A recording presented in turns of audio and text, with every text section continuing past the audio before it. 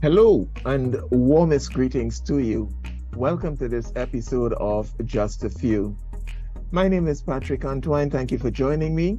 This is a platform that allows me the opportunity to provide biblical responses to questions from people just like you. As usual, please feel free if you have a question and you'd like for me to attempt a response to that question, use the email address on the screen and I'll try to respond as soon as possible. Today's question has to do with a statement Jesus made in the Gospel according to John.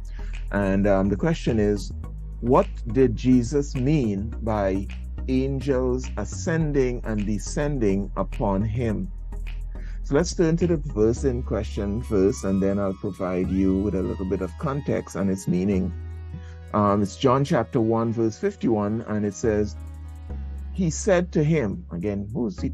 This is Jesus speaking to Nathanael, one of John the Baptist's disciples who would go on to become one of Jesus's disciples. And he was speaking to some others who were there with him at the time. So he begins by speaking to Nathanael, and then he addresses his statement to plural, you, plural, all of the disciples who were there present.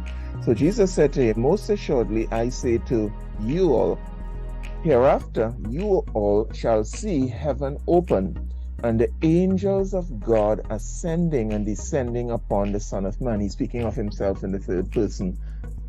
And so what exactly is happening here? Jesus had just revealed something to Nathanael about him being aware of Nathanael even before he met him, and Nathanael had turned to Christ and accepted him as the Messiah based on Jesus's insight into who Nathanael was. And to understand what is happening here in this verse and what Jesus is referring to, what he means, we need to go back to Genesis 28. And that's why it's so important, again, to keep reading the Bible, and you'll see certain things are linked, especially to the Old Testament. That's why the Old Testament is so important. And Jacob, the ancestor, the forefather, one of the patriarchs of the Jewish people, was fleeing from his brother Esau, who had threatened to kill him because Jacob had stolen both his birthright and his blessing. And as Jacob fled, he was trying to sleep one night with his head upon a rock, and he had this vision. And in this vision, this is what he saw. Verse 10 of Genesis 28. Now Jacob went out from Beersheba and went toward Haran. So he came to a certain place and stayed there all night because the sun had set. And he took one of the stones of that place and put it at his head, and he lay down in that place to sleep. Then he dreamed, and behold, a ladder was set up on the earth, and its top reached to heaven. And there the angels of God were ascending and descending on it.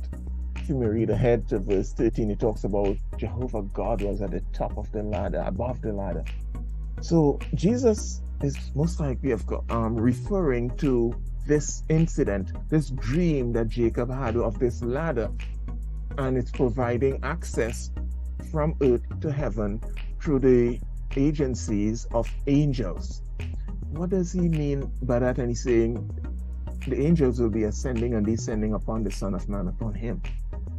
A ladder provides a means of conveying someone from one place to a higher place. And that's an apt description of departing this life and being ushered into heaven. You need something to convey you there. You can't just step up there on your own. And Jesus was declaring to his disciples that he was that ladder which facilitates access to heaven. Understand what he's saying? So he's saying, in other words, do you wish to depart this life and gain access to the portals of glory, the portals of heaven? Jesus was saying, I am the ladder which facilitates that movement from earth to heaven. I am the ladder. One ladder, Jesus. So there's much we do not understand about angels, because Jesus talks about angels ascending and descending. But the Bible does tell us quite a bit about angels and what they do. And Jesus once gave a story in Luke 16 about the deaths of a rich man and a poor man named Lazarus. And there's one particular verse in that passage that speaks about angels and what they do, one of the things they do.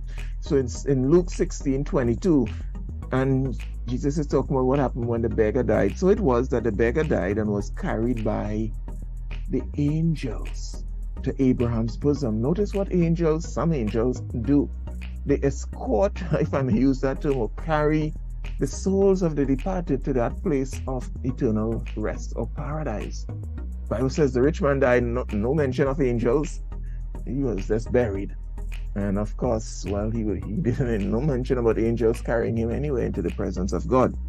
So while angels may carry the righteous or escort the righteous into heaven, Jesus is the ladder which facilitates that. Without Jesus, there's not even the need for angels to escort anybody, because there is no access there to heaven. You need the ladder. Understand the separation of works. Jesus is the ladder. Angels come to receive the souls of the righteous dead and take you there. So they are ascending and descending upon him. It is based on his finished work on the cross that access to heaven is possible for any sinner like me or you. So we need to turn to Christ and take advantage of the ladder that God has provided for us. The Bible tells us in Genesis, in the story of Jacob there, chapter 28, verse 13, Jehovah was standing above the ladder. It's like a loving Heavenly Father standing there to welcome anyone who will come through Christ. Jesus says it in John 14, verse 6, I am the way, the truth, and the life. No one comes to the Father except through me. That's why you see, again, Genesis 28:13, you could read it. Jehovah God standing above the ladder. He's waiting to receive you. Are you planning to get there through some other means? That other ladder you're taking is going to take you to the wrong place. Jesus says, angels will come and take you, ascending and descending upon me. I am the ladder. I am the way, the truth, and the life. No one comes to the Father except through me. So this is what Jesus meant when he says, you will see the angels ascending and descending upon me. He was referring to that vision Jacob had in Genesis 28. And if you want to have the Father receive you when he departs this life, a ladder has been set up, Jacob's ladder. Jesus is that ladder. The angels will come and receive you at death and take you through that ladder or on that ladder to the waiting arms of a loving Heavenly Father. My name is Patrick Antoine. I trust that my answer brought some form of comfort and enlightenment to you. So until the next time, grace and peace be multiplied.